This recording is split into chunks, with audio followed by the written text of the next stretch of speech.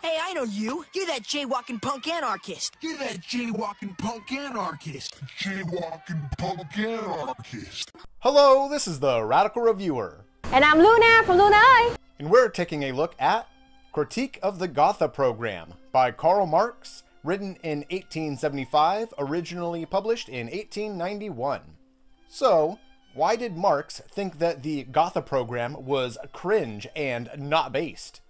And why did I start this video with terms that are gonna guarantee it seems super dated in a few months?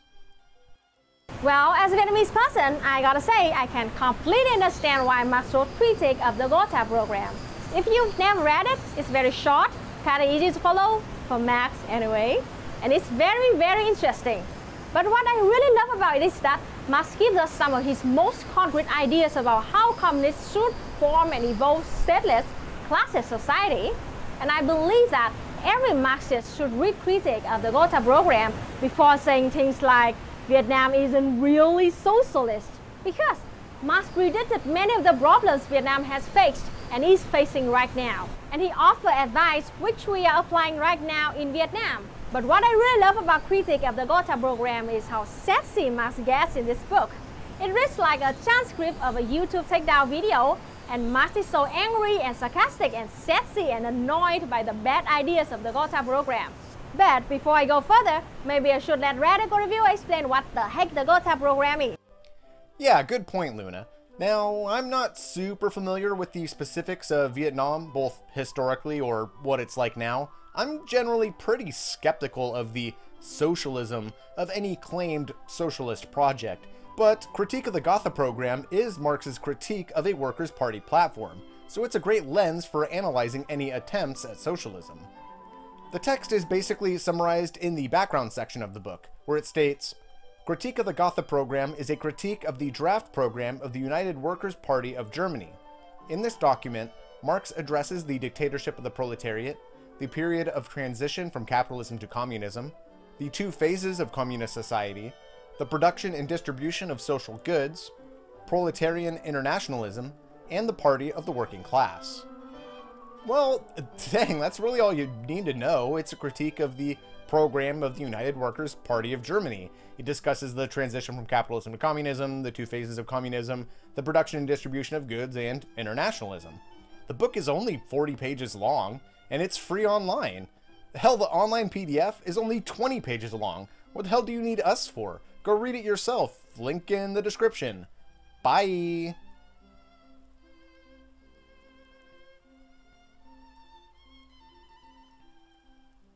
You're still here? It's over. Go read the book. Okay, fine, we'll help you out. As I said earlier, this text is exactly like a takedown video by Marx about the Gotha Program. So, instead of just reading Marx's usual long and wordy scripts of theory, here we get to actually see him criticize other ideas and walk through his explanations in a more conversational manner. And his ideas are presented very directly in a way that's grounded firmly in real-world examples and a tangible vision for how to build a communist society. We all know that a lot of people, both intentionally and unintentionally, misinterpret and misunderstand the words of Karl Marx. Reactionaries have twisted the words of Marx to argue against socialism and communism for centuries. And even more frustratingly, leftists often misinterpret and misread Marx, or just read the Communist Manifesto only, and then consider themselves to be Marx experts, which leads to a lot of really annoying and unproductive arguments about what Marx believed about revolution. Trust me, I get people telling me all the time that Vietnam is no longer Marxist, or that we have strayed away from the ideas of Marx. But Critique of the Gotha Program puts in very certain terms that the problems and struggles we are facing in Vietnam were foreseen by Marx. Now, I'm not trying to say you have to love Vietnam or pattern your revolution after ours. In fact, I don't think other countries should just try to use Vietnam's revolution as a template. But if you want a good real-world case study that played out a lot of the scenarios Marx predicted in Critique of the Gotha Program, just look at Vietnam. But I'm getting ahead of myself again. Let's let the Radical Reviewer tell us more about the text. Yeah, totally. I think that, as we'll see ahead, Marx is focused on looking at your current conditions and updating your ideas accordingly. But let's dive into the text, shall we? Firstly, in the foreword written by Engels, he states, "I have omitted a few sharp personal expressions and judgments where these were immaterial, and replaced them by dots." Marx himself would have done so if he had published the manuscript today. Wait, what? This isn't the full original text? This is the Engels edited version? Hashtag release the Marx cut! Anyway, this text is a letter that Marx wrote to W. Barak. You know, this being a letter to the members of the United Workers' Party to critique their proposed program and all that. There's actually a lot of interesting history here about the Gotha Program being a proposed platform between Eisenach's Social Democratic Workers' Party, the SDAP, and Lassalle's German Workers' Association, the ADAV. These two parties were scheduled to have a congress in Gotha, Germany, where they would unify as one workers' party. The German Empire quickly banned the party a few years later under anti-socialist laws. In fact, the party was banned in 1878 and the ban lifted in 1890, between Marx's writing of the letter and its publication. But for our purposes here, all you really need to know is that the Gotha Program was a proposed Workers' Party platform, and this is Marx's critique of that platform. Okie dokie? Chapter 1. To start, Marx tries to put the program into perspective, basically saying that action is more important than any program, and that establishing a program between two parties without having substantially worked together basically sets up the program for failure when the objectives are not met. He states, "Every step of real movement is more important than a dozen programs. If, therefore, it was not possible and the conditions of the item did not permit it to go beyond the Eisenach program, one should simply have concluded an agreement for action against the common enemy. But by drawing up a program of principles, instead of postponing this until it has been prepared for by a considerable period of common activity, one sets up before the whole world landmarks by which it measures the level of the party movement." One of my favorite lines in this text is, "Every step of the real movement is more important than a dozen programs." I wish I could force every single leftist streamer and YouTuber to read this line, especially the ones who brag about how many views they have every month and talk shit about real-life activists who are risking their own lives for the movement. Anyway, I think it's an important point. Even though Marx was a theorist, he knew that communists need to do much more than just sit around and debate theory as armchair revolutionists. Winning debates won't build communism. We'll have to do more than just win arguments. And we have to take real steps toward revolution, as Marx says here. Bringing it back to Vietnam, a lot of Western leftists like to shit on my country's revolution and the society we are building. They like to sit in their comfortable developed countries and tell me and other Vietnamese that we aren't real socialists because we haven't built a full stateless classist society in just a few decades after our country was bombed into the Stone Age by the USA. Marx explains in Critique of the Gotha Program that building a communist society is extremely difficult and complicated, as we Vietnamese communists have learned from experience, as I try to explain in my video, Is Vietnam Socialist? But anyway, whether you agree with me that Vietnam is socialist or not, I think we all can agree that the Gotha Program is not socialist, because the writers of the Gotha Program made a lot of mistakes that socialists are continuing to make to this day. Yeah, totally. I think the section about action versus a program is very important, but I think that the rest of the quote completes the idea. When Marx talks about the conditions and the period of common activity, this is crucial. Great ideas are great, but without people propagating those ideas, without people working to gain public support for those ideas, then we won't have the ability to put our ideas into action, and we'd set ourselves up for failure.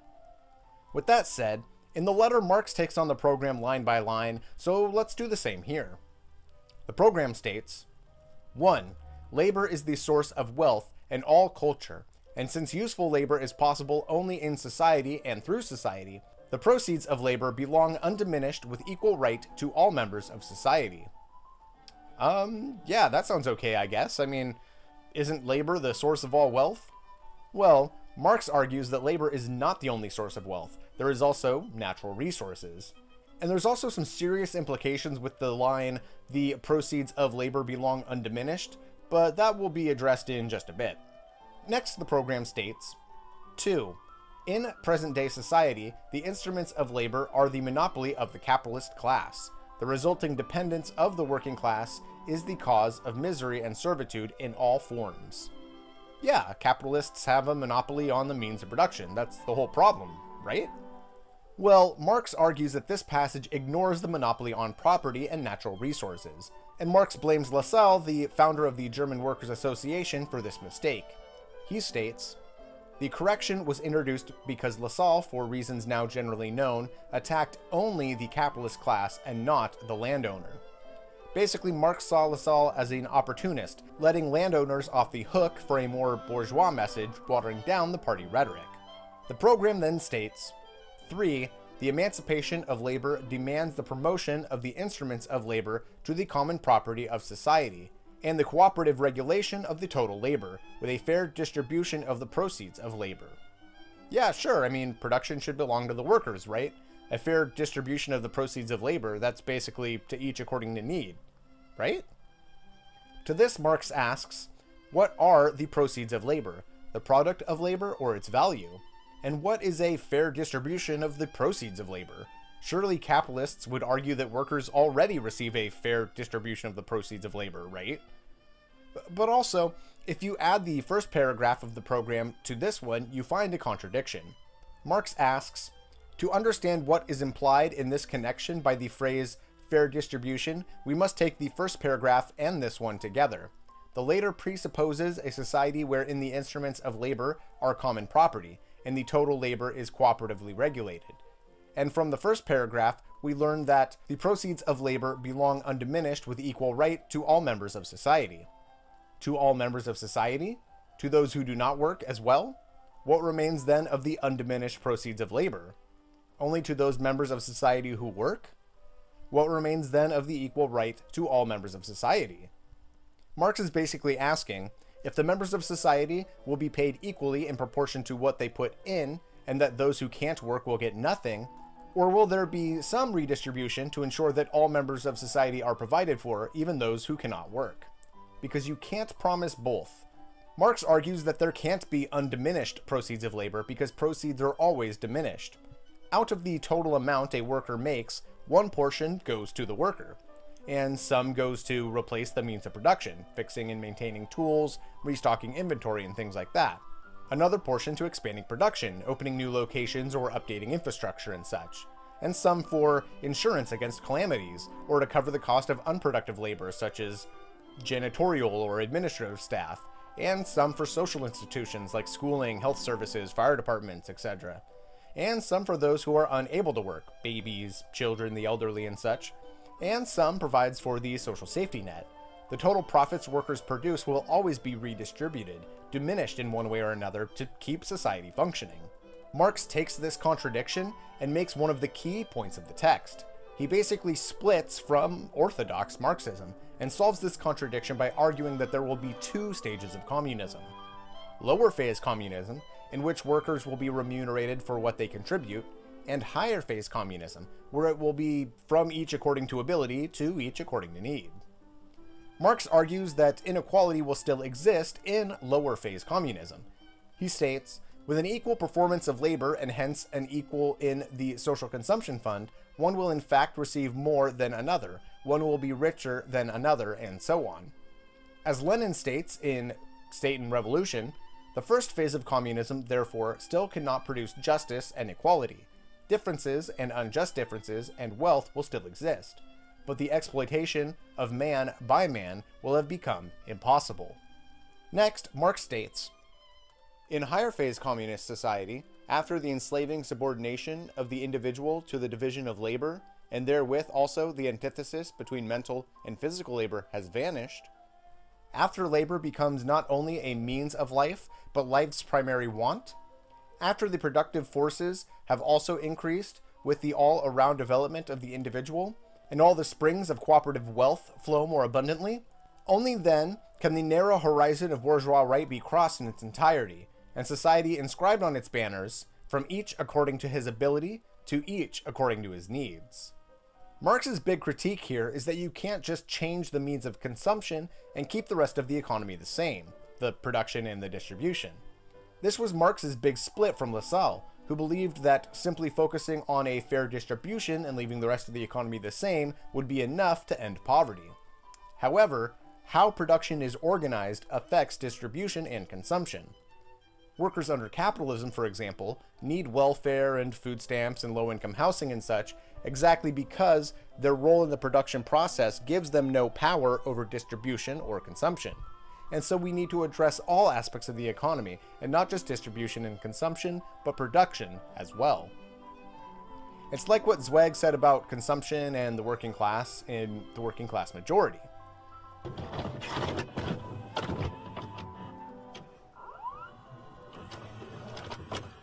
Consumption cannot change anything in the economic power working class people exert, of course. It can only mean the fake power of imitation and make-believe, which ultimately must be empty and unsatisfying, as so much consumption actually is. Moving right along. Next, the program states, 4. The emancipation of labor must be the work of the working class, relative to which all other classes are only one reactionary mass. That tracks, right? Like how in the intro to the Communist Manifesto it states, the history of all hitherto existing society is the history of class struggles? But wait, Marx argues, the manifesto adds that the lower middle class is becoming revolutionary in view of its impending transfer to the proletariat. From this point of view, therefore, it is again nonsense to say that it, together with the bourgeoisie and with the feudal lords into the bargain, form only one reactionary mass, relative to the working class. You know what, Marx? I totally agree. Sure, many segments of society might tend towards a reactionary mindset, but we shouldn't reserve them to that position. If we want radical change in society, we will likely need comrades from all strata of the social system, and so we should try and reach and radicalize everyone. The program then states, the working class strives for its emancipation, first of all, within the framework of the present-day national states, conscious that the necessary result of its efforts, which are common to the workers of all civilized countries, will be the international brotherhood of peoples. And Marx critiques, Lassalle, in opposition to the Communist Manifesto and to all earlier socialism, conceived the workers' movement from the narrowest national standpoint. Basically, communism isn't a nationalist endeavor, it's an international endeavor. You know, workers of the world unite. Chapter 2. The program states, starting from these basic principles, the German Workers' Party strives by all legal means for the free state and socialist society, that abolition of the wage system, together with the iron law of wages and exploitation in every form, the elimination of all social and political inequality. Yeah, cool. Abolition of wages and exploitation and inequality. Sounds good to me. But Marx argues that if this theory is correct, then again I cannot abolish the law even if I abolish wage labor 100 times over, because the law then governs not only the system of wage labor, but every social system. Basing themselves directly on this, the economists have been proving for 50 years and more that socialism cannot abolish poverty, which has its basis in nature, but can only make it general, distribute it simultaneously over the whole surface of society. Marx complains that this is as if, after abolishing slavery, a slave complaining that the real evil of slavery was the poor food quality. It's not just about wage labor. That's not the only problem with capitalism, that's too narrow-minded of a complaint. And Marx concludes, instead of the indefinite concluding phrase of the paragraph, the elimination of all social and political inequality, it ought to have been said that with the abolition of class distinctions, all social and political inequality arising from them would disappear of itself. Chapter 3. The program states, the German Workers' Party, in order to pave the way to the solution of the social question, demands the establishment of producers' cooperative societies, with state aid under the democratic control of the toiling people. The producers' cooperative societies are to be called into being for industry and agriculture on such a scale that the socialist organization of the total labor will arise from them. Yeah, I mean, democratically controlled co-ops getting bigger and bigger until it takes over society. That sounds cool, like some kind of syndicalism, right? Well, Marx states, as far as the present cooperative societies are concerned, they are of value only insofar as they are the independent creations of the workers, and not protégés either of the government or of the bourgeoisie. This is like what Richard Wolff argues in Democracy at Work, saying that worker-owned businesses, worker-managed businesses, and co-ops fail to be sufficiently democratic or worker-owned. Basically, we should not settle for some state facsimile of a democratic workplace, but strive for the real thing. Chapter 4. Marx calls this the democratic section. The program states that it wants to establish A. the free basis of the state, and Marx critiques that the state should not be free, but that it should be subordinate to the people. Basically, as Marx argues in the Communist Manifesto and elsewhere, once power is in the hands of the workers, the state should fade away, it having no purpose, free or otherwise. Marx adds, between capitalist and communist society, there lies the period of the revolutionary transformation of the one into the other. Corresponding to this is also a political transition period, in which the state can be nothing but the revolutionary dictatorship of the proletariat. This is referring back to the stuff about a transition from capitalism to lower and then higher phase communism. The program states, the German Workers' Party demands, as the intellectual and ethical basis of the state, 1. Universal and equal elementary education by the state, universal compulsory school attendance, free instruction. Marx says that this isn't asking for much since Germany already had free compulsory education for children, and that they should have, at the least, asked for free technical school as well. Appendix. In addition to free education, the program also calls for 2. a normal working day. To which Marx replies, in no other country has the Workers' Party limited itself to such an indefinite demand. I mean, like, what even is a normal working day? I'm sure any capitalist, even those who own sweatshops, consider their employees to be working a normal working day. Next, the program calls for 3. Restriction of female labor and prohibition of child labor. Marx asks why no age limit is mentioned for child labor, and if restriction of female labor means less than the normal working day, which also isn't defined, or if it means restriction from certain segments of the economy. But that's not clarified either.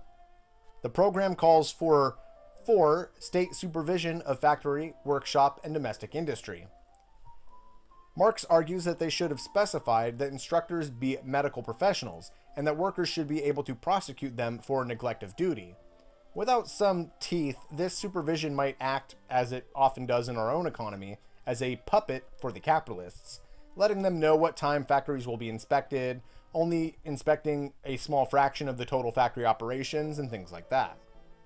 The program calls for 5. Regulation of prison labor. And this isn't about improving working conditions, it's about limiting the amount of prison labor. And Marx says that there is no desire to deprive them of their sole means of betterment, productive labor. I think Marx would agree with what Emma Goldman argues in Anarchism and Other Essays, that workers should strive for solidarity with prisoners. We should not attack prisoners when they are forced to work as scabs against us. Instead, we should fight alongside prisoners and allow them to be paid equally, both to improve their own lives and so that cheap prison labor will no longer be a weapon for the capitalists to use against us. And finally, the program calls for 6. An effective liability law. And Marx wonders, what does effective mean? Along with normal working day and restriction of female labor, what is actually being called for? This is so wishy-washy and non-specific. I mean, it's almost as hollow as Trump's second term plan. Or maybe not that bad, that shit was hilariously bad. Anyways, in conclusion, Marx states, Dixi est salvavi amimamim, which means... Suck a dick, dumb shits! Or no, wait, no. It means, I have spoken and saved my soul. Conclusion. I think this is one of Marx's most important works, and it's still very valuable for leftists to read today, because leftists still make many of the same mistakes made by the Gotha Program. Honestly, I would say Critique of the Gotha Program should be one of the first books we recommend people to read, because it lays out some of Marx's most important ideas for how we do the work of building a revolution. Right after the war with the USA, Vietnam tried to go directly from a colonized society to a first stage of communism society, before meeting the material conditions, and it caused many problems. We still had major problems with scarcity because we were being devastated by decades of war with Japan, the USA, and we even had to deal with Pol Pot in Cambodia and an invasion from China in 1979.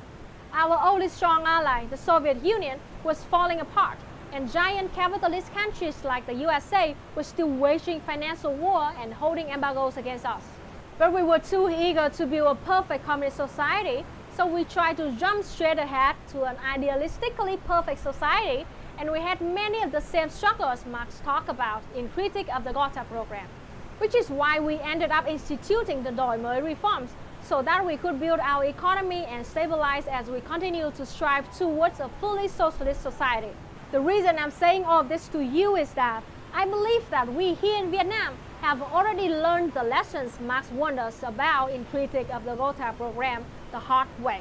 We learned a lot through our experience and had many successes along with failures, but as materialists, we must look at examples like Vietnam and compare these real-world situations with theory from people like Marx to develop our understanding of the world and our expectation for the revolution.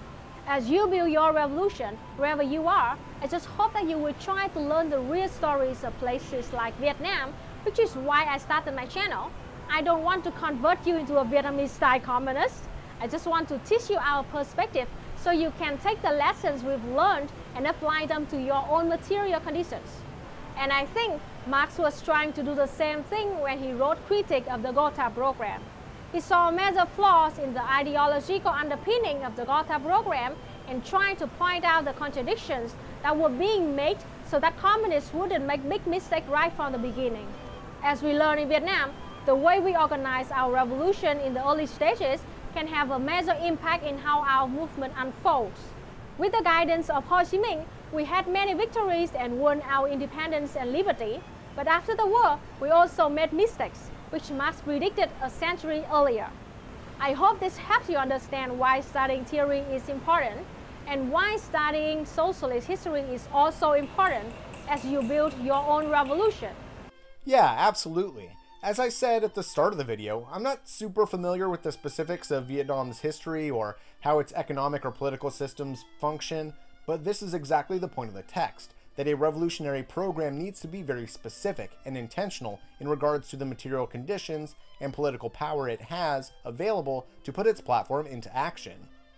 The biggest takeaways from this text are that it is the one time that Marx discusses implementing communism in stages. First, lower phase communism, to each according to his contribution, this being the communism that follows directly after a transition away from capitalism, and then higher phase communism coming later, being for each according to his ability, to each according to his needs.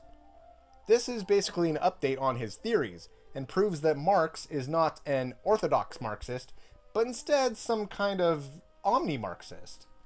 Here also, Marx argues that, in a base and superstructure sort of way, that you can't simply keep production and distribution capitalist while improving consumption to help workers with things like welfare, affordable housing, raising the minimum wage, or whatever. Because without the power of production in the hands of the workers, changes in distribution or consumption are always subject to rollback. Marx argues that the kind of ownership of the means of production determines the systems of distribution of the means of consumption. Which is all great stuff. But here's what I find most interesting about the text. Marx's attention to detail in the wording of the program. Like, would I see these same problems if I were presented with the program myself? I kind of thought a lot of it sounded pretty okay when I read it. Like, Marx's position from each according to ability to each according to need sounds great, but Kropotkin critiques that and argues that it should be for each according to need from each according to ability, because we should address needs first to prepare people to engage in their abilities. You've probably heard the old adage, there's no ethical consumption under capitalism, which is true, but I prefer Peter Coffin's alternative, there are no ethical consumables under capitalism, which is better because the first version targets the consumer when in fact it is the consumables which are the issue. Or like I brought up before, goddamn Trump's second term platform, which is a bunch of unattainable BS with no political steps to achieve it. Or, I'll give you a better example. Here is the Declaration of the Occupation. It was a document written by the Occupy Wall Street movement. Check it out, it's beautiful, it's got lots of great stuff. I like it a lot. In fact, I had a poster of it for years you can see in the background of some of my first videos. Oh god, 5 years ago. Oh, look how young I look. My chair was still white back then. And the old bookshelves. Hot damn, and what's going on with the camera? Anyway, this declaration is dope as shit. But if I went over it with a fine-tooth comb, would I come through totally critical? Like, I went to Chaz or Chop or whatever, and that whole thing was really cool, and they were doing dope stuff. But you know how ridiculous it looks when you can't even get the name of your movement right? First Chaz and then Chop? It makes us look like idiots. The lessons in this text about transitional stages and the need for control of production and internationalism, that stuff's all great. But my biggest takeaway from this text is that we need to be very careful, very specific, deliberate, intentional, practical. See thesaurus for additional oh, I'm not supposed to read that part.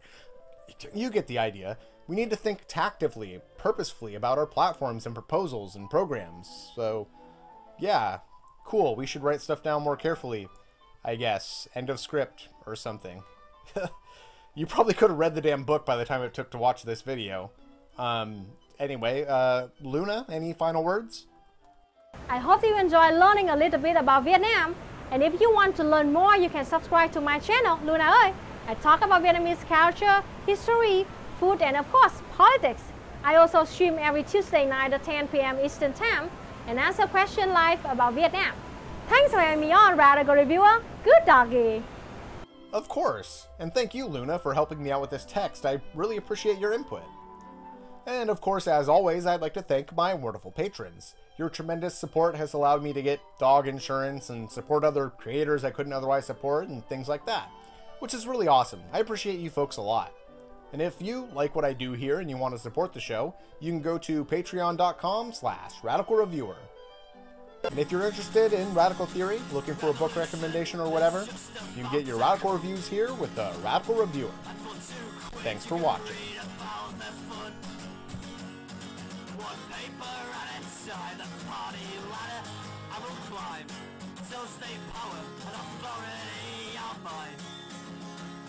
Well, I hate imperialist, but you turn equally fascist. And your papers will do jack to set me free. Well, your songs, your youth, the day of war, their truth. Now you're hawking Workers' Weekly issue 3. You're hawking Workers' Weekly issue 3. 不就写了哥达纲领批判，只不过为了维护党内团结。 就没有公开发表，是时候公开批判他们了。可是我现在整理《资本论》第2卷和第3卷，特别是要花很多时间来研究俄国土地。